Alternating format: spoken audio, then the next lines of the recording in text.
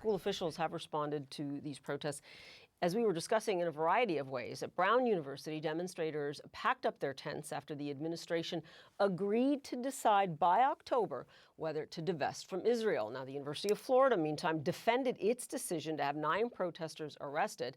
A spokesperson said afterwards the school is, quote, not a daycare.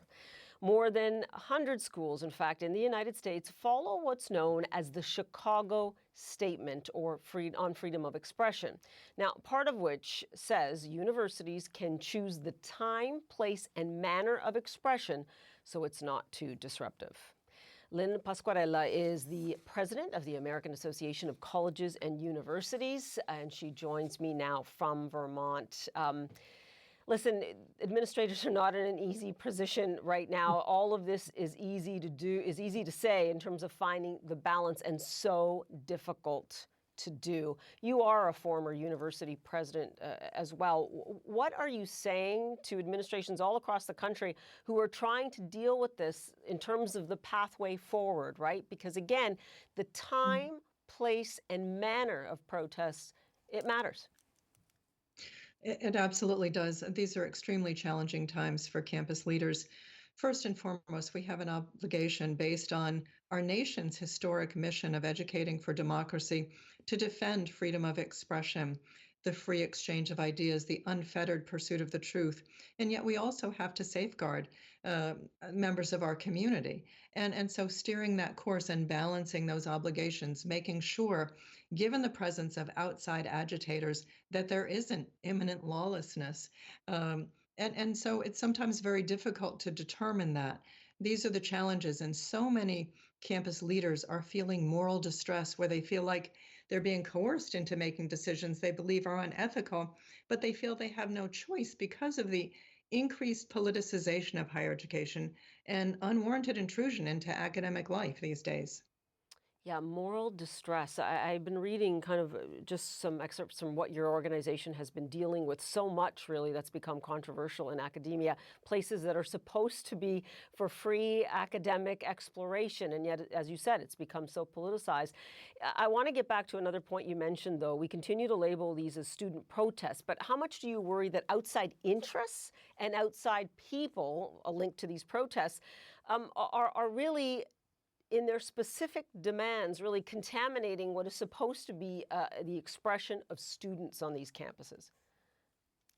I worry a great deal. There's a long history of protest in American higher education, and we saw with the Vietnam War the impact that that had on the ways in which there was a disinvestment in higher education, starting with the Reagan administration saying, we're not going to use taxpayer money, this was when he was governor, to fund those protesters at Berkeley to get drunk and use drugs and spew un-American rhetoric. We're seeing the same thing here with the oversight of the Committee on Education and the Workforce, where they're saying, these protesters are just another sign of the DEI bureaucracy that is inevitably sliding into anti-Semitism.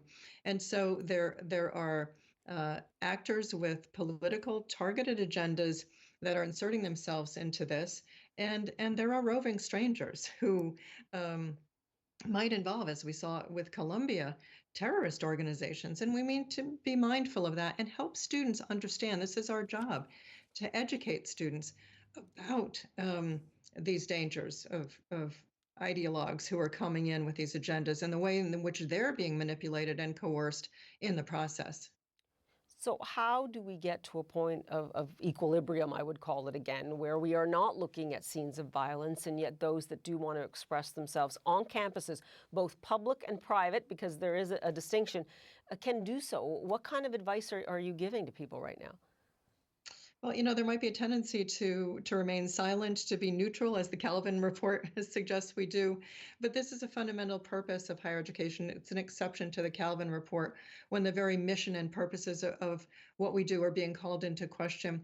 So we need to move toward, lean into the conversations with those with whom we are disagreeing, learn to speak across differences, model that engagement and humanistic identification with those who are different from ourselves.